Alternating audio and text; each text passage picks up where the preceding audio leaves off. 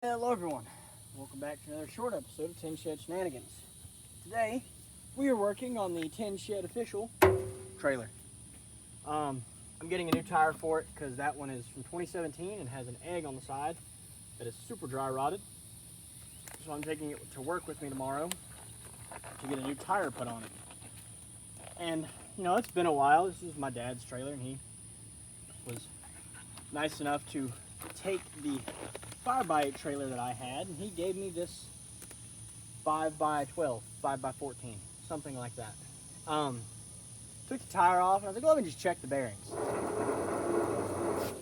They're not supposed to sound like that.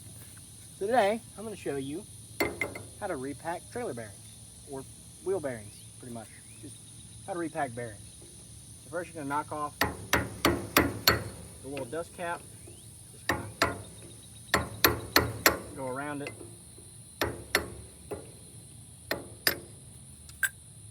Just like that.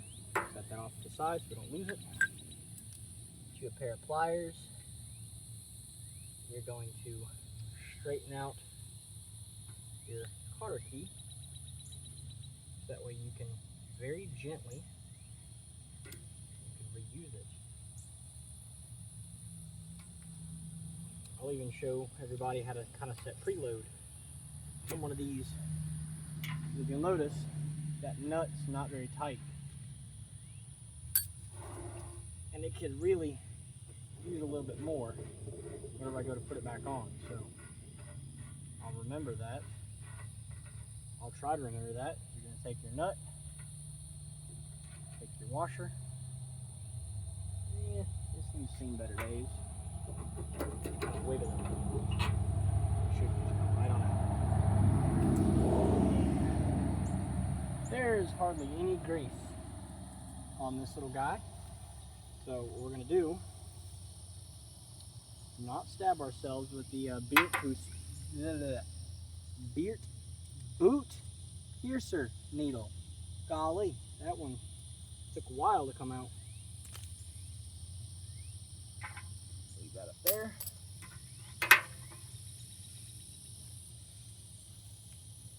Put some grease in our palm, like so. Got a little bit closer to the camera so you guys can see.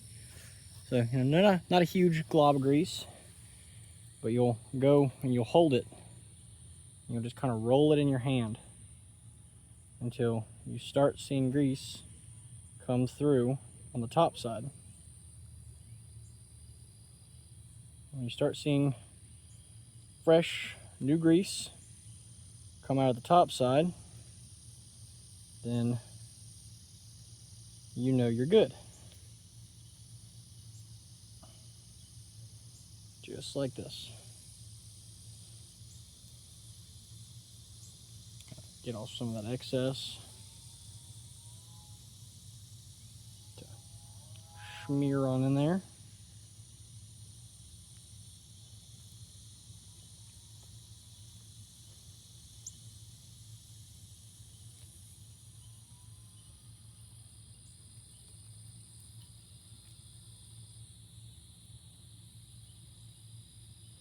Yeah, you can see all that old grease is just like brown. It's not supposed to be. So that one's repacked. I'm gonna get that inner one out, and then I'll kind of clean everything up and put it all back together. Show you how to set the preload and everything.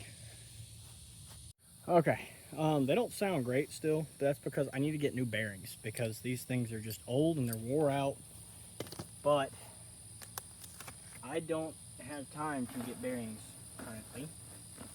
I kind of need this trailer for this weekend, and it is Thursday. Tomorrow's Friday, so I got to put a tire on it. So I repacked the bearings. They still sound rough, but at least now I know they have fresh grease in them, and I think my pliers are a bit too small. Nonsense. So that's too tight. It'll burn something up, so we're just going to back it up. Maybe we'll just back it up until, where did the hole go? Ah, there's the hole. It was filled in with some grease. So,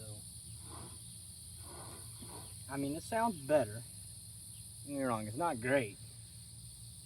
But better is better, you know?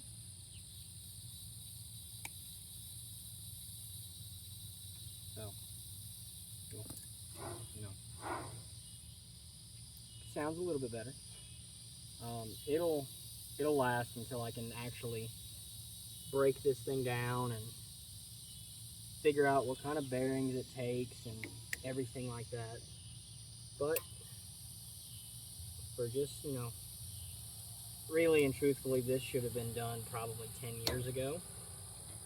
And if you use a trailer a lot, you need to go through and grease your bearings, you know, however often you use your trailer. Let's say you have a trailer that you use every single day. That needs to be part of like your little checklist you do, you know, at the end of the week. Get you some, they make little caps that have grease fittings on them, and they make greasable bearings and everything. Get you a set of greasable bearings. And once you're all done, you'll just beat your little cap back on.